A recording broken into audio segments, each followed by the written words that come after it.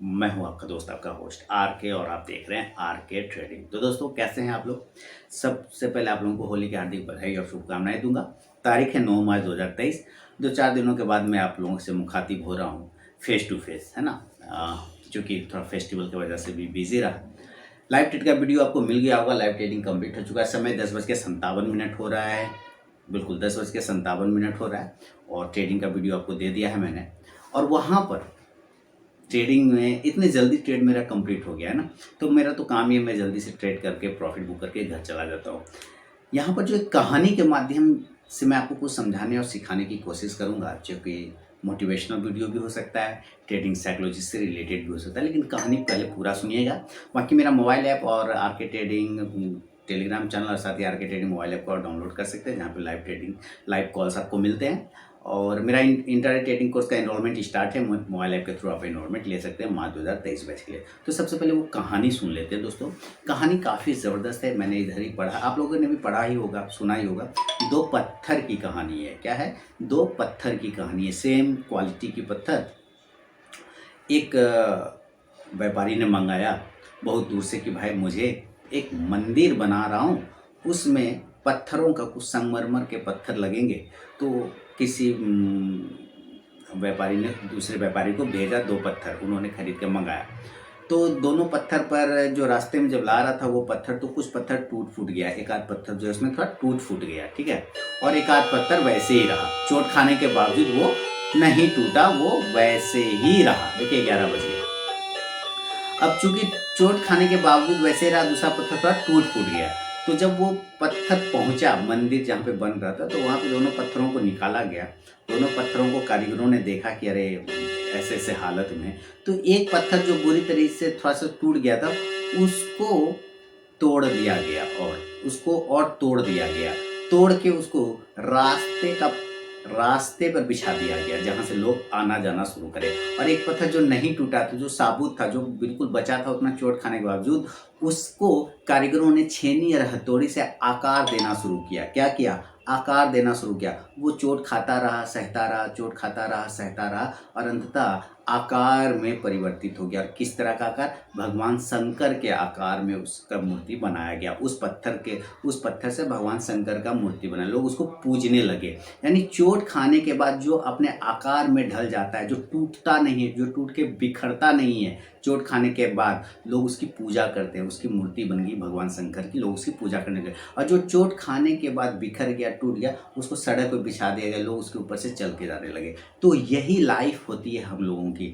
कुछ व्यक्ति ऐसे होते हैं जो चोट खाने के बाद बिखर जाते हैं, टूट जाते हैं, हताश हो जाते हैं, निराश हो जाते हैं, फेल हो जाते हैं, डिप्रेशन में चले जाते हैं। उनको लोग याद नहीं करते, लोग उनको पैरों तले रौंदते जाते हैं, उसके ऊपर से लोग चलना शुरू कर देते हैं, लोग उसके ऊपर से रौंदते हुए जाते हैं। और जो नहीं टूटता है, बिखरता है, बल्कि उस चोट खाने के बाद एक आकार में कन्वर्ट हो जाता है, अपने आप को फिर से सामने में लेकर आता है, उसकी लोग पूजा करते हैं, लोग उसको भगवान की तरह मानने लग जाते हैं, उसकी एक मूर्ति बन जाती है। तो आपके अंदर भी 2 तरह के लोग होते हैं, सबके अंदर में, मेरे अंदर भी, आपके अंदर भी, उसके अंदर भी, सबके अंदर में 2 तरह के लोग होते हैं। जो एक चोट खाने के बाद बिखर जाता है, और एक चोट खाने के बाद संभल जाता है। तो आप किस तरह के हैं? क्या आप चोट खा के बिखर जाने वालों में से? अगर आप चोट खा के बिखर जाते हैं तो आपको लोग आने वाले समय में याद नहीं करेगा। अगर आप चोट खा के निखर जाने वालों में से, तो लोग आपको याद रखेगा। देखिए, जो चोट खा के बिखर जाता है, लोग उसको याद नहीं करता। जो चोट खा के निखर जाता है, लोग उसको याद करता है। तो आप किस कैटेगरी में आते हैं, ये डिसाइड करिए आप।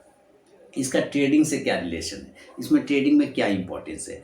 देखिए, मैंने सिप्ला का आपको कॉल ऑप्शन दिया हुआ था, सॉरी, सिप्ला का लेवल दिया हुआ था। 892 का भी फिलहाल प्राइस चल रहा है जी। 892 मेरा कॉल ऑप्शन था, उसमें 800 900 का कॉल ऑप्शन था। टारगेट उसका आ गया, मेरा काम खत्म हो गया।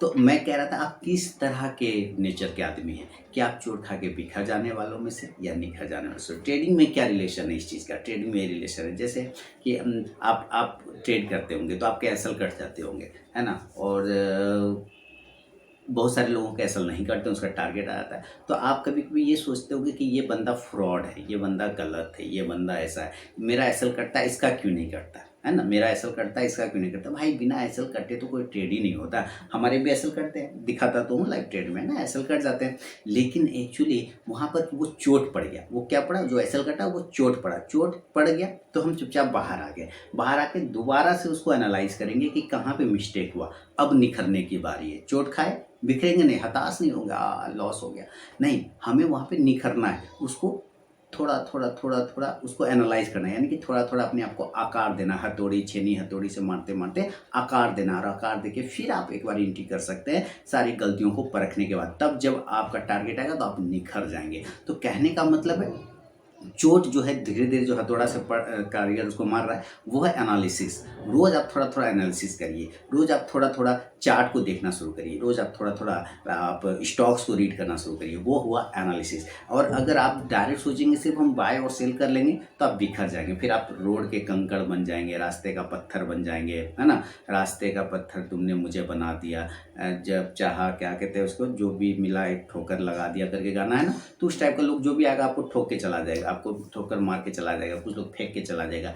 लेकिन अगर आप निखरते हैं, थोड़ा अपने ऊपर बिलीव करते हैं, एनालिसिस करते हैं। आज के भी लाइव ट्रेड के वीडियो में मैंने आपको यही समझाया कि आप अपनी चीज़ों पे बिलीव करिए, एनालिसिस पर बिलीव करिए। अगर आप वो बिलीव कर लेते हैं तो आपको ज़बरदस्त तरीके से आप रिटर्न पाते हैं मार्केट में। तो मार्केट यही कहता है कि आप बिखरो नहीं, आप निखरो। अगर आप निखरते हैं कैसे, एनालिसिस से, टाइम देके, चार्ट रीडिंग से, इन सब चीज़ों को करते हुए आप जब निखरते हैं तभी आप आगे जाके अचीव कर पाते हैं अपने टारगेट को, अपने सारी चीज़ों को। इसमें एक समय लगता है, क्योंकि पत्थर को भी कारीगर जब तराशता है तो टाइम लग जाता है, हीरा को भी जब तराशता है तो एक समय लग जाता है। तो वो समय तो आपको देना होगा, उसका कोई उपाय नहीं है, समय तो लगेगा। क्योंकि कोई भी बड़ी चीज़, कोई भी महान चीज़ बनता है तो एक समय लगता है उसमें, तुरंत से कोई महान नहीं बन जाता, तुरंत से कुछ बड़ा चीज़ नहीं बनता है। हवाई जहाज़ बना तो एक दिन में नहीं बना, है ना, हिमालय बना तो एक दिन में नहीं बना, सालों से वो बनता चला आ रहा था, तब जाके इतना ऊंचा वाला पहाड़ बना। इसी तरह कुछ भी अगर आप महान बनते हैं तो आपको एक समय लगता है, और उस समय में सतत अभ्यास करना पड़ता है, कंटिन्यू कोशिश करना पड़ता है, तभी आप सफल हो पाएंगे। बीच में छोड़ देंगे, जैसे दशरथ मांझी 22 सालों तक उन्होंने एक पहाड़ काटा, है ना। लोग उसको पागल कहते हैं, जब शुरुआत करेंगे ना लोग आपको पागल कहेगा, ठीक है, लेकिन बाद में वही लोग आपको पूजेगा। अभी दशरथ मांझी क्या है, भगवान बन गया। 22 साल तक एक पहाड़ काट के हटा दिया, रास्ता निकाल दिया पहाड़ के बीच से। तो लोगों ने तो शुरुआत में उनको पागल ही बोला, लेकिन आज उनको पूजा जाता है। क्यों?